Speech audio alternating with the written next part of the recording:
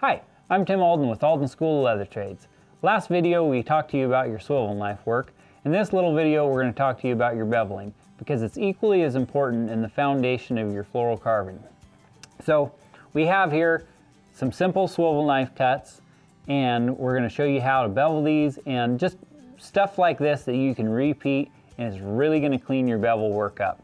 The main thing is good bevelers. Barry King does a great job of making tools. They're affordable, they're made in the USA.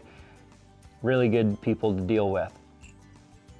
I use the number 2 most, but I use the aught and the number 1 for the smaller radiuses. So let's get started. Okay, so the main thing when you start beveling is your beveler position.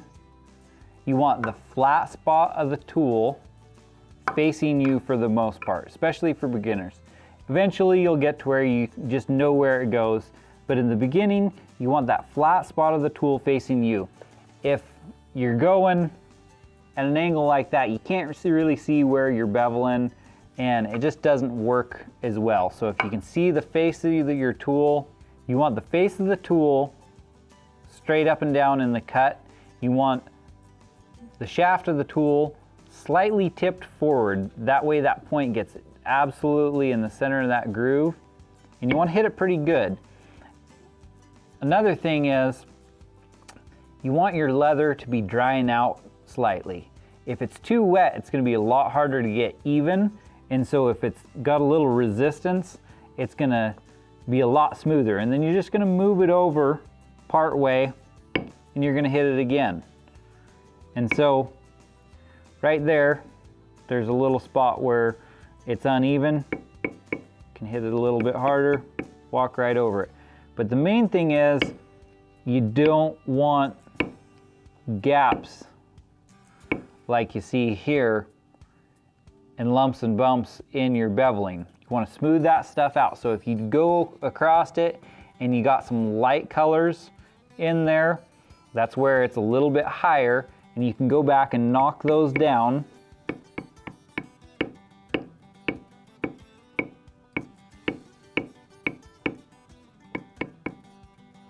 And smooth those out. And so I try to keep my hand down on the leather. I have more stability. If you're up here and you're trying to place your tool every time, you don't have a whole lot of stability. So if you can have your grip on the tool a little higher, support it, and then the side of your hand down on the leather, it's going to keep it from moving as well. And then I don't really press down too hard on the beveler. I just place it in the groove and I hit it. And I'll actually begin to slide my hand. And for beginners, you may want to knock the edge down a little bit before you try sliding it, and just stick with making one hit, moving over, make another hit. If you're getting a little line there, don't go so far apart and overlap it a little bit. You can also go back and knock those lines down. But if you're getting a line, overlap it a little bit more. You can always go back and smooth those out. Eventually, over time, you'll get to where you can just slide your hand across the leather and then hit the tool. You're not pressing down on it, you're just sliding it across, and if you hit consistently, it'll just move right along there.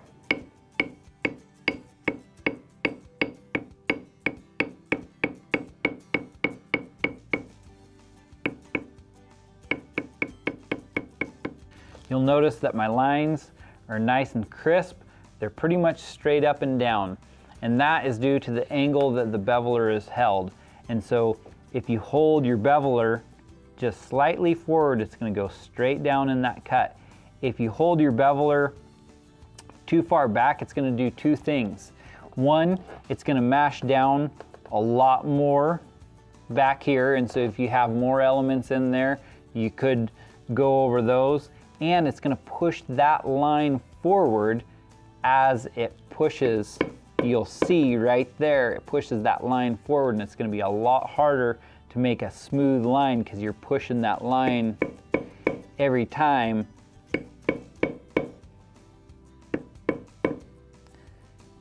And you'll also see that it's pushing in past the cut there. And so we don't want to do that. If you're getting this look where it's pulling the leather up, you're going to want to tip your beveler a little further forward and just make sure that it's straight down in that cut. So now we got our first line beveled there. Another thing I like my students to do is have 2 lines. That way you're always practicing in your mind's eye beveling on both sides of a line. Because when you're doing flowers or stems, you want to bevel from each direction to lift that element up. And a lot of times people will get confused in the beginning and they'll bevel one line this direction and they'll bevel the next line the same way, and it doesn't lift the element up. So practice turning the whole piece around and beveling from the other side.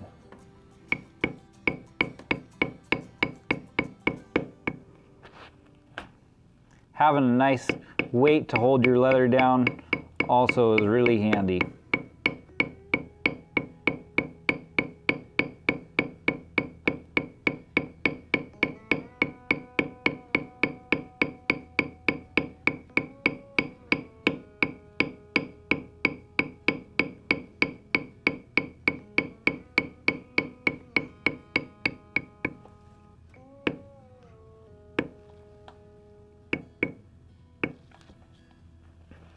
Okay, so now we're going to do a little bit of a wavy line. And it just adds a little bit more for the beginner to come around the corner. You want to keep the face of your tool square to the line. So as you come around the corner, you're going to rotate your tool a little bit and make sure it's not, if it's tipped too much, it'll dig in and it'll create little chatter marks in your bevel line, and we don't want that. We want it nice and smooth. But one thing that you can do if you do get those little lines, you can just hit it a little bit harder in those areas, and generally you can smooth those lines out. And you're going to rotate the tool back the other way as you're going the inside curve.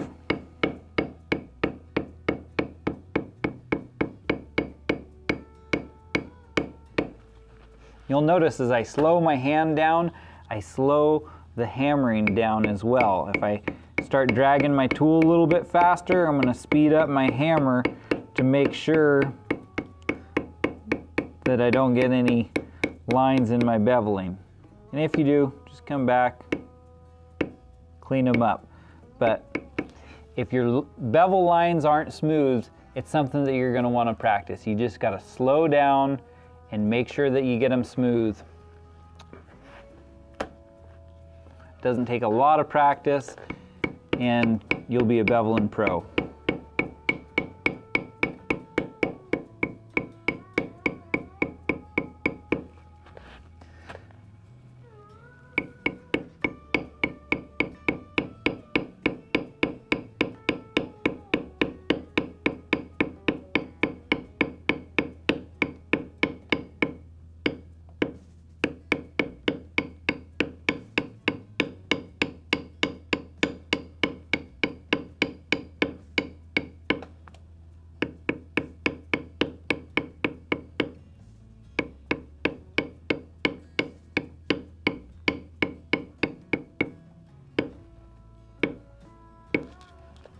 So now we're going to go ahead and we're going to bevel some stickers here. And I usually start from right to left. We're going to start with the backbones of these stickers. And I'll do my long lines first because you kind of get in the rhythm of things. So I'll start in deep at the end of my element, and as it comes into the other element, I'm going to taper off. Our swivel knife tapered off when we made this cut And so we want our beveling to taper off as well. And you can even go just a little bit past the cut with your beveler. You just want to make sure that you don't tip your beveler one way or the other, and you just trail that line off at the same angle that your cut is. So we'll go on to the next backbone, come around there.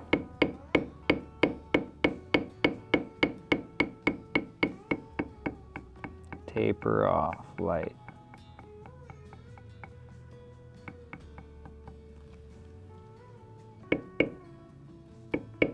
You want it good and deep at the end. So now, if you want, that beveler would come around that tighter radius, but some of the smaller stickers you might use the number 1 on. I'm also going to turn my work that way the flat spot of the tool is facing me. And start off a little bit lighter in here, that way you don't mash your other beveling. Now this tool you're going to hit a little bit lighter because it's a smaller tool, and it'll want to dig in if you hit it as hard as you hit your number 2 beveler. And then you just kind of lighten up when you get to the tip there and just kind of make a nice transition. You can come back over that little line and clean that up as well.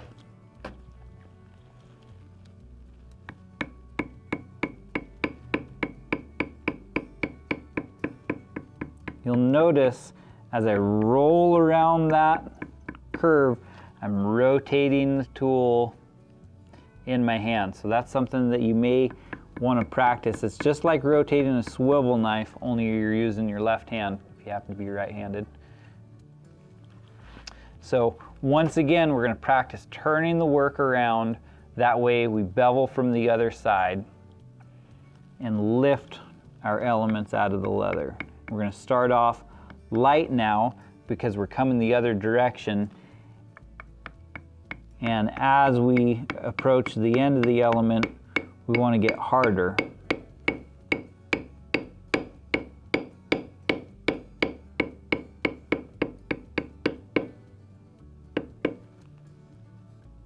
Start out nice and light.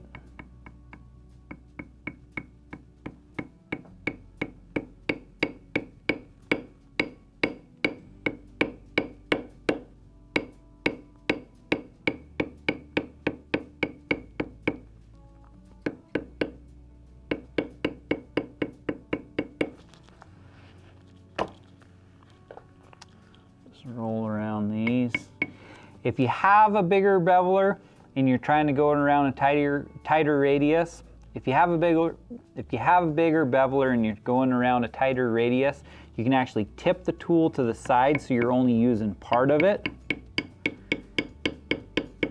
and come around that corner and then lighten up when you get in there. You want to continue that line till it's all the way, but you don't want to mash this other line too much. Again, I'm going to tip that tool to the side and just roll around the corner. And pretty much that's it. Well, thanks for stopping by. Hope you like these videos. Don't forget to hit that like button and subscribe to our page. Also check out our Instagram and Facebook. We got a lot of cool stuff going on there. We're gonna have some links below. Check out those too. Hope you have a good day, and we'll see you next time.